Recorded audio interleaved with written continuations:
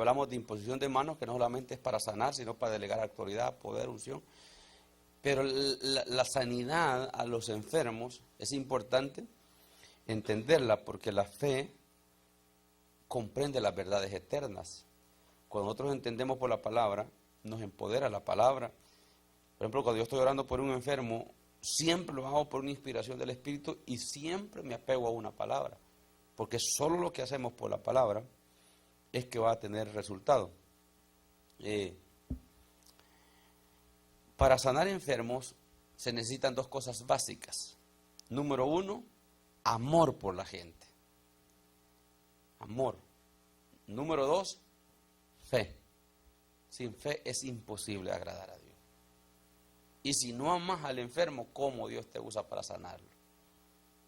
Entonces, dos cosas. Dice la Biblia que cuando Jesús veía a los enfermos, dice que le daba compasión. Esa palabra compasión es que le dolía el corazón ver a un enfermo, Jesús.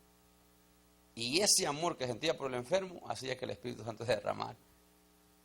Entonces nosotros, mira pues, yo me acuerdo que antes yo me metía a ayunar y orar: Señor, sana a los enfermos, Señor, toca a los enfermos, Señor, que cuando yo predique y cuando yo ore, que los enfermos se sanen. Está bien, eso está bien, pero tú puedes orar y ayunar por los enfermos y no amar a los enfermos. O sea, tú puedes, hay gente que puede ayunar y orar para que los enfermos se sanen, pero para ellos demostrar que tienen poder para sanar. Y Jesús nunca sanó a un enfermo, solo a uno porque lo tentaron.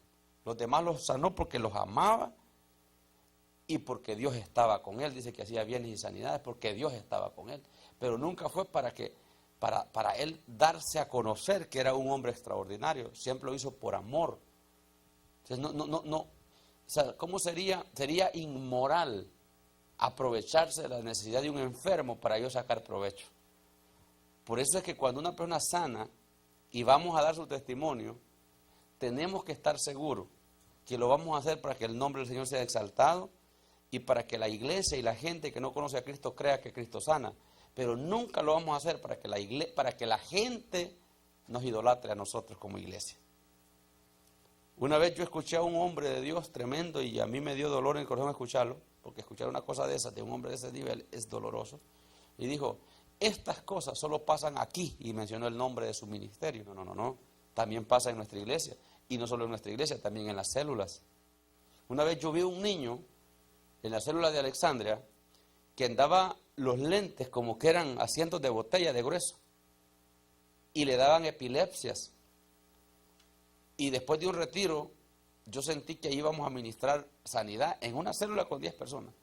Cayó la unción y el niño nunca más volvió a usar lentes y nunca volvió a ser epiléptico. En una célula, ahí. Testimonios extraordinarios que han sucedido en células. Es que Dios lo hace por amor a la gente. Entonces, cuando usted ve a un enfermo, lo primero que usted tiene que sentir es amor por ese enfermo. Una vez usted siente amor, usted va a orar con fe, porque siente que lo está haciendo como que si fuera usted, pues, que esté enfermo. Y segundo, fe, que Dios lo va a hacer. Son dos requisitos que se esperan. Ahora, lo primero que Jesús mencionó de su ministerio es el Espíritu Santo. Jesús tuvo la humildad, escucha esto, de reconocer que era alguien más quien hacía los milagros. Lucas capítulo 4, versos 14 y 19. Ahí está la humildad de Cristo, lo que venimos hablando. Él nunca dijo: esto yo lo hago porque yo tengo poder. Dijo: si yo, por el dedo de Dios, si yo por el Espíritu Santo echo fuera los demonios y hago sanidades, se lo dio al Espíritu Santo, no él. Él engrandeció al Espíritu Santo. Ciertamente ha venido al reino a ustedes. Entonces, esa es la humildad. Jesús siempre amó a la gente, tuvo fe, pero también nunca fue independiente. Se alió con el Espíritu Santo. Dice aquí: lo mismo debemos hacer nosotros cuando los enfermos nos buscan para que oremos por ellos. Si un enfermo te dice: Mira, si vos vas en un lugar, estás en un lugar y una persona te dice, ore por mí que estoy enfermo, ya estuvo que fue sano. Ya estuvo, solo activa tu fe. Él ya tiene, pero te pide. Y no solo tiene fe en Dios, tiene fe en ti. Sabe que si tú oras va a pasar algo. Qué triste es cuando alguien te dice, estoy enfermo, ore por mí, y usted le dice, vaya a tomarse una pastilla. Usted ya arruinó las cosas. Ya las arruinó. Porque le están pidiendo que ore. Usted debe aprovechar esa fe de las personas. Y así es como usted se va a levantar en los dos. En realidad la sanidad no es un don, es una orden. Todos los discípulos debemos de sanar enfermos. Porque esta es una orden a los discípulos. No solo, hay iglesias que dicen, la hermanita tiene el don de sanidad, el hermanito. Si en verdad hay un don de sanidad, es verdad. Pero una vez hablando en lenguaje discipular, todo discípulo tiene una orden de sanar a los enfermos. Todo, es una orden. Usted no puede, no, yo no califico, claro, si el discípulo califica.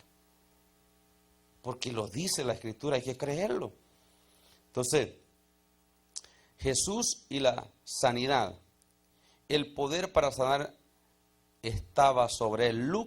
En Lucas capítulo 5, versos 17 al 25, leemos la historia del paralítico que bajó por el techo.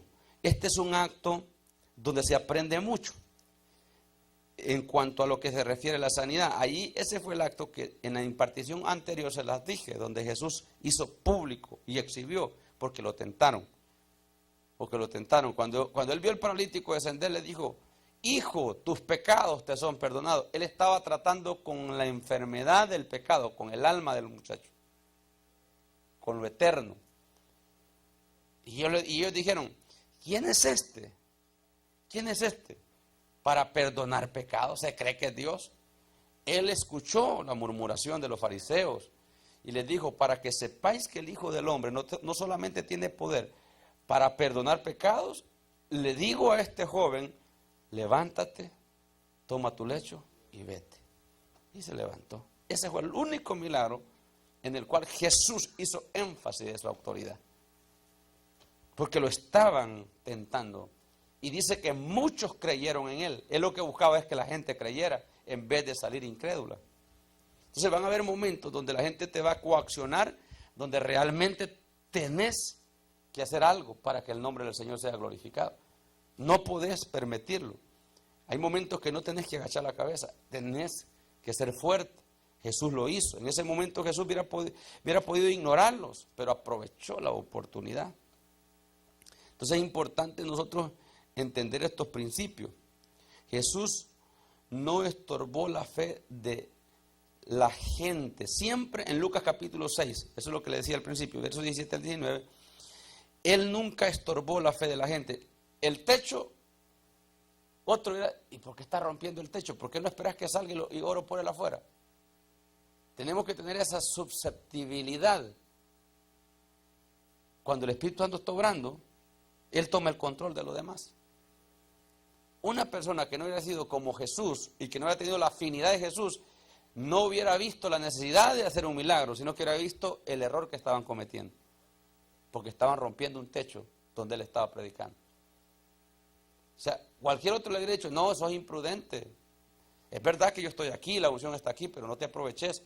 O sea, sos imprudente, salte de ahí, vete atrás, allá, y después yo te oro y ya, te sano. Entonces hubiera matado el milagro. El milagro fue doble, la gente creyó. Él dejó que rompieran el techo. Él dijo, es más importante el hombre que el techo. Ese techo después lo arreglamos.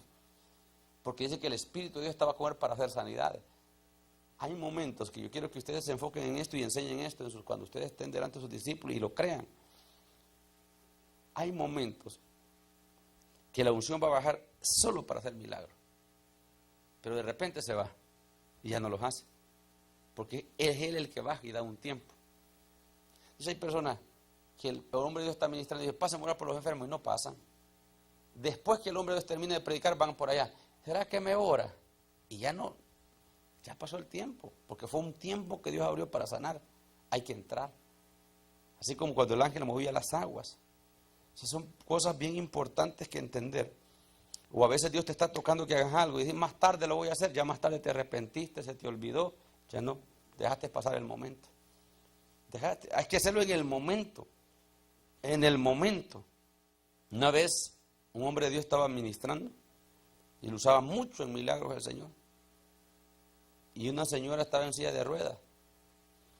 Y él mientras predicaba, dice la señora que ella sentía deseos de correr, pero no lo hizo.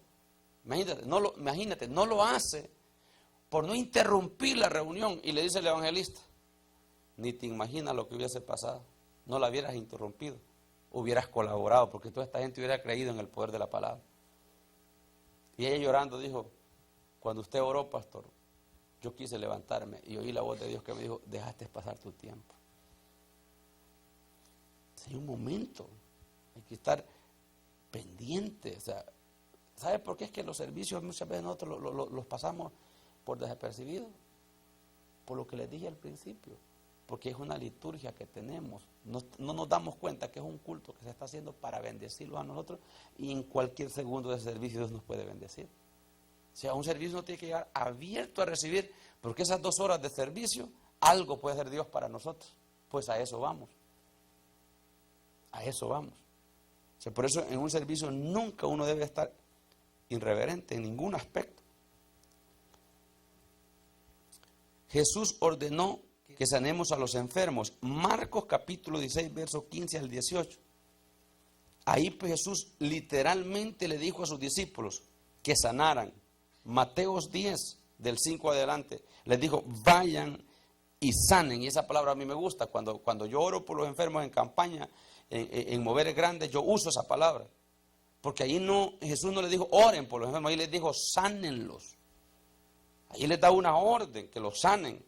Entonces, cuando tú crees esa palabra y la activas, la gente cree y recibe el milagro. Yo estaba ministrando en Houston y una señora llegó con el calcañar hinchado y no podía caminar. No podía caminar.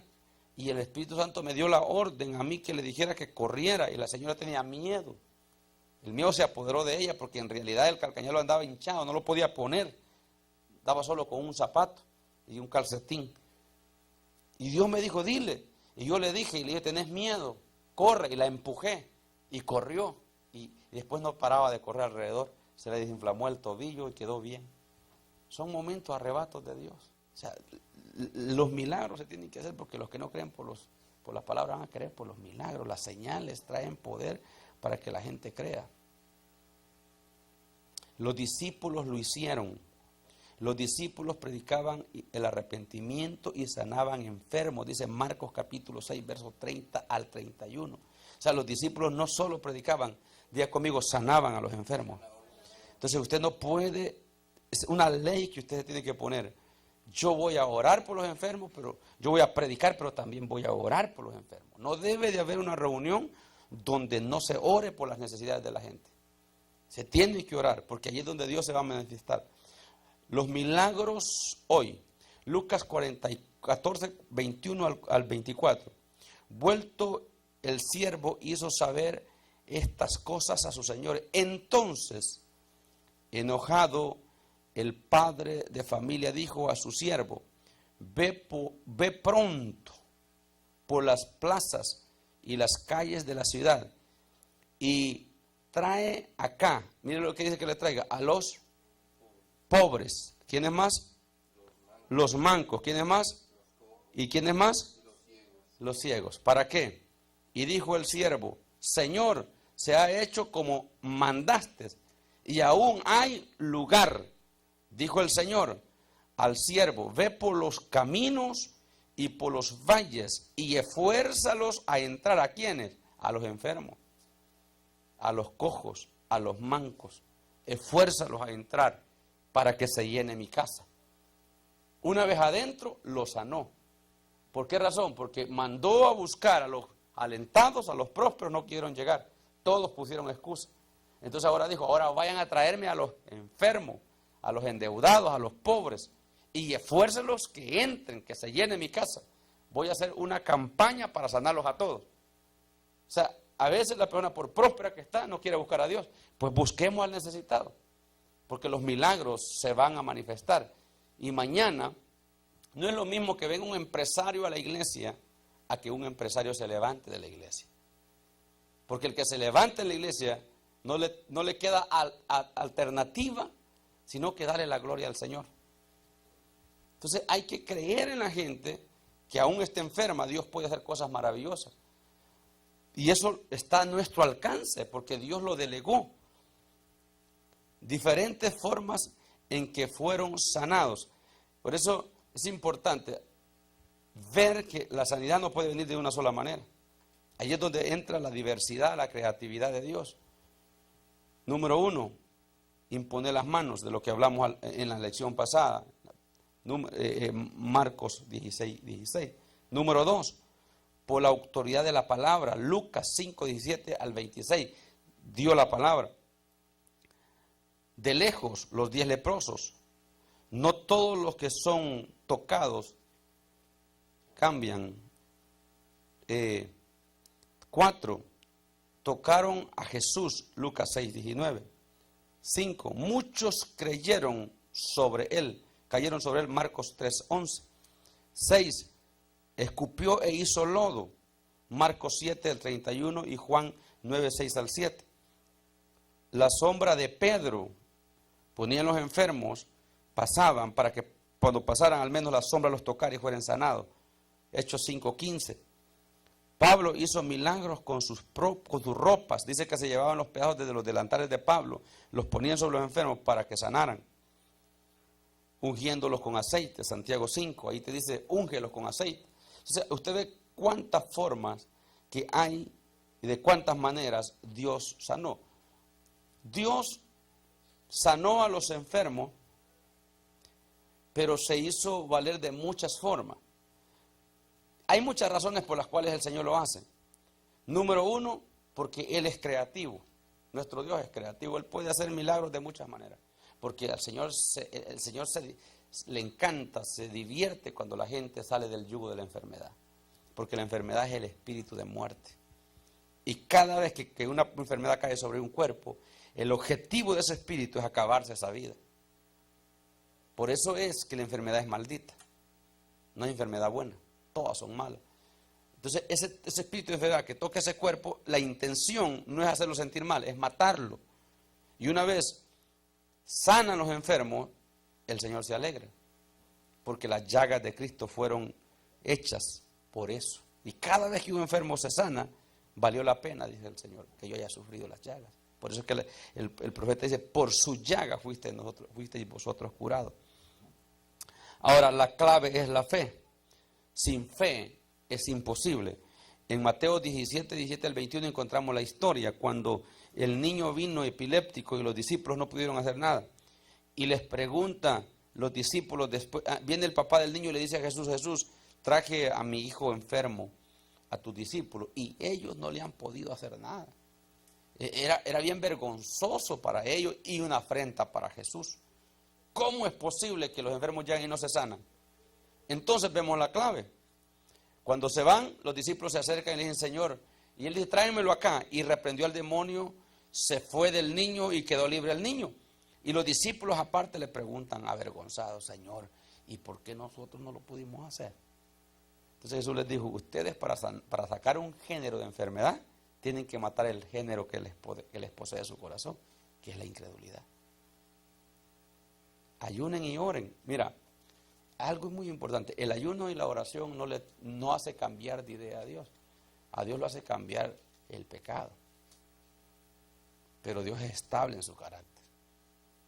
A Dios lo que lo hace cambiar es el pecado del hombre. Pero nada más. La oración y el ayuno no hacen cambiar a Dios. La oración y el ayuno lo que hacen es que te alinean con Dios para creerle a Dios. Porque la vía para Dios hacer el milagro es la fe, no el ayuno y la oración. Por eso le dijo, este género no sale sino con ayuno pero no está hablando del género de la epilepsia, sino de la duda que ellos tenían, porque le dijo por vuestra poca fe. Pero ese género, el de la duda. Entonces quiere que cuando yo ayuno y yo oro, lo que hago yo es que yo mismo estoy rompiendo mi incredulidad. Es un género que fue formado a veces desde el vientre de la mamá o por los padres. Le dijeron a los hijos, no es tiempo de creer esas cosas. O sea, los hijos querían creer en cosas grandes y ellos dijeron, no, nosotros venimos de una familia pobre. ¿De dónde vas a salir rico tú? Es un género, es una genética que fue engendrada en la mente y en el corazón de los discípulos. Entonces los discípulos habían sido contaminados por los fariseos, por los escribas, que solo un profeta podía sanar enfermos, que solo un hombre grande. Y ellos dijeron, nosotros no calificamos, el género los mataba. Y cuando vieron el epiléptico, yo te digo la experiencia, por eso yo entiendo ese pasaje. Yo te digo la experiencia, un demonio de epilepsia no es fácil de echarlo fuera, no es fácil. Se apodera de tu fuerza, es como un endemoniado. Porque el epiléptico lo que tiene es un espíritu, porque Jesús reprendió al demonio. Y el demonio te quita la fe, atenta contra tu fe. Una vez yo en Maryland oré por una mujer que tenía 35 años y desde niña era epiléptica. Y cada vez que le caía eso la llevaban al hospital. Y me dijo su líder en una convención, la vamos a llevar al hospital, esta mujer tiene toda su vida. Entonces yo sentí de parte de Dios, dile, no, deje esto, sálgase, déjeseme a mí y yo voy a orar por ella. Solo que ese es el que cree y quedó otro muchacho más conmigo. Ni un minuto y se había ido el demonio. Ni un minuto y ya se había ido. Y la mujer quedó bien, horrible, sacaba la lengua bien fea, la cara que la hacía. Entonces era un atentado a tu fe. Yo sentía que desmayaba en fe y más que había dado la palabra que le iba a liberar. Yo le creía a Dios y todavía no era pastor, era diácono yo. Y cuando la mujer fue libre, me alegré. Entonces yo sé lo que los discípulos sintieron ante un espíritu epiléptico. La fe se va. Toca la fe, porque es un espíritu que golpea tu espíritu. Y cuando fui un año más tarde a predicar a la iglesia donde ella se congregaba, me dijo, pastor, desde que usted oró por mí, y entonces ya era pastor, cuando comencé la iglesia, pastor, cuando usted oró por mí, sané, nunca más volví a caer con epilepsia, hasta el día de hoy, eso hace 22 años. Ese espíritu es fuerte, la epilepsia. No cualquier, hay que tener fe para sacarlo, porque lo que necesitamos para sanar enfermos es tener fe, creer en el Espíritu Santo y amar a la gente. Yo me acuerdo que yo le dije, ¿cómo es posible que los enfermos y los endemoniados salgan de la iglesia al hospital cuando los del hospital tienen que venir a la iglesia? Toda sanidad es una señal. Toda iglesia que se mueve y toda célula que se mueve en milagros va a crecer, porque son señales. Mire lo que dice acá, Juan 20, 30 al 31, dice así, hizo además Jesús muchas otras señales en presencia de sus discípulos, las cuales no están escritas en este libro. ¿Qué es lo que dice? Pero estas se han escrito para que creáis que Jesús es el Cristo. Todas las señales que usted ve que hemos leído ahí, la sanidad y todo, quedaron escritas, pero dice que hizo muchas más que no quedaron escritas, pero los discípulos sí las vieron. Por eso es que la fe de los discípulos era más avanzada que la fe del pueblo, porque esas señales Jesús no las hizo con el pueblo, las hizo solo enfrente de sus discípulos. Y dejó unas cuantas para que nosotros no gocemos. Pero Él se desnudó delante de los discípulos para que la fe les creciera. Pero dije, para que crean. O sea, la señal aumenta tu fe. Imagínese usted ver que a una persona se le enderezan los pies. Usted de ese momento, su fe sube. Porque los milagros, las señales, aumentan la fe. Porque se operan dentro de fe. Y eso produce fe, no solo la palabra. También el ver señales produce fe. Más en la gente que no conoce la palabra. El nuevo siempre va a comenzar sirviéndole a Dios por lo que ve.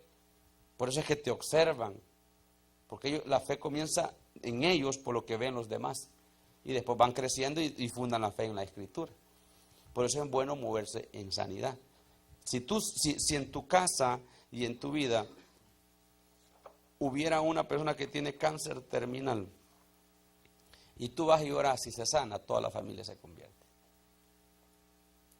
Porque no solamente llegó sanidad, sino que llegó un milagro de salvación a la gente. Por eso es que hay que ministrar sanidad. Vamos a estar en pie.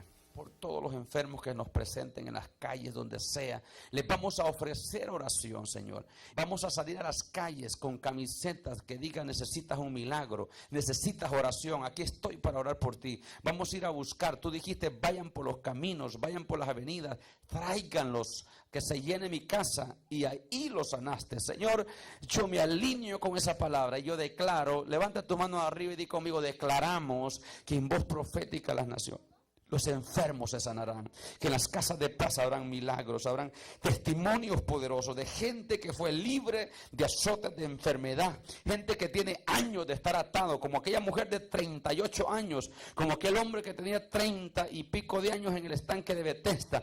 Llegó Jesús y lo sanó.